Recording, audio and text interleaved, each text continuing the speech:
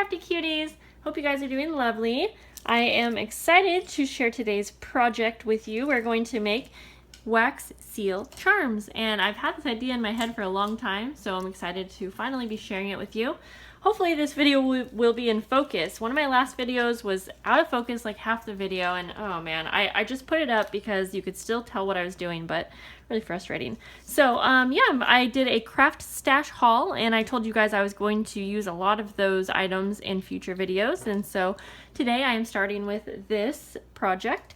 And so you are going to need your wax sealing items. So your wax and your stamps. This is one of the sets that I got from Craft Stash, and you can change out the stamp here real easily, so it's kind of nice because you just need that one handle. And I have my wax. I have some various wax that I got from a few other places. You are going to need some type of gold. You can either use gilding polish like I am, or you can use like a gold pen or gold ink, really whatever. Then you are going to need some eyelets and a crocodile or something to close your eyelets with. And you are going to need some type of either a little, these are bulb pins, or something like a chain to put your charms on. So let's get started.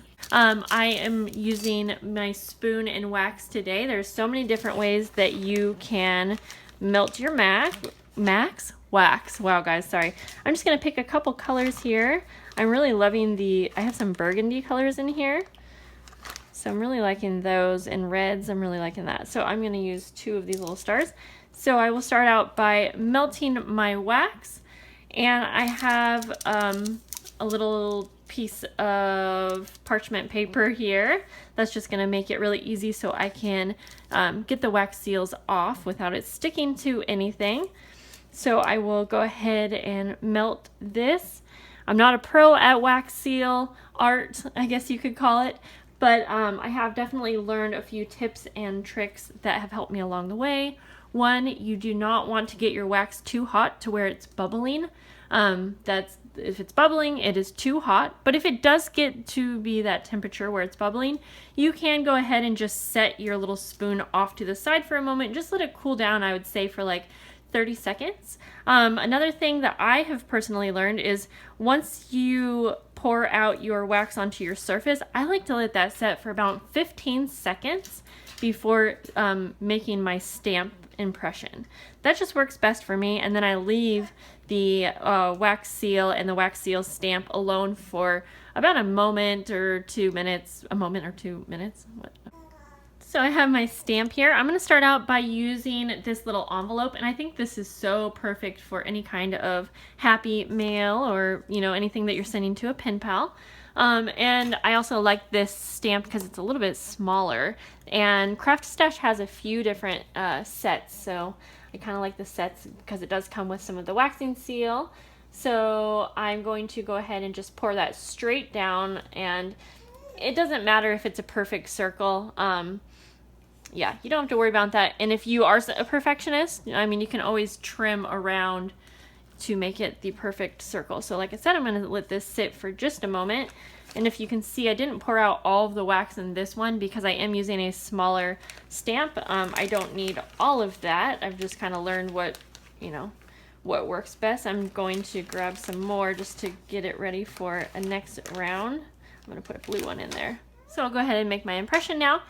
Since I am turning these into charms, one thing I've been meaning to do is to make sure that when you stamp it, that you have a little extra at the top, because if you have more space at the top, you're going to have a little bit more room for your eyelet to go. So keep that in mind. Or if you have like a bigger image and you don't need extra space, that's totally fine.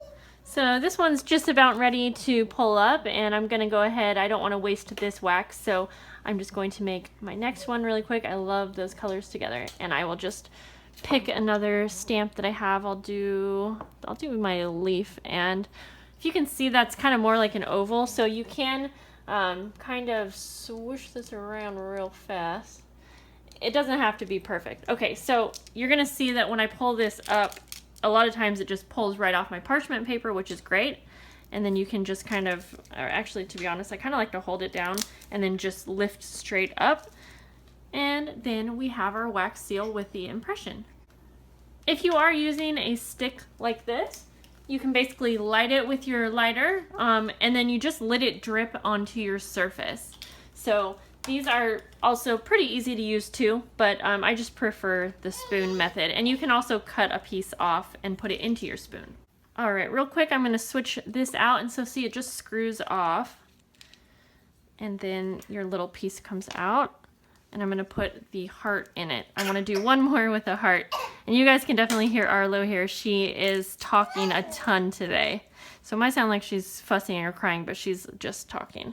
So I'm going to make one more of these off camera. Next step is to take your gold gilding paste or marker or stamp ink of choice.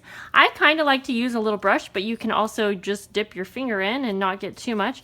And just go over the surface kind of like so, and it will just hit kind of those raised areas. I really like this gilding paste. Is it paste? Metallic gilding polish, sorry. And then I like to also hit up the surrounding areas. So here we go. Like I said, I kind of like to use the brush. I don't know, it's just a little bit more precise, but I also, you guys know, I also don't care about being precise. It's also less messy. So go ahead and do this. And of course you can skip this step. I just like how it looks, so I'm going to do this to a few. I feel like you can really tell a difference when you use like a darker wax. Like, I just wanted to show this to you guys. Look how alive that comes.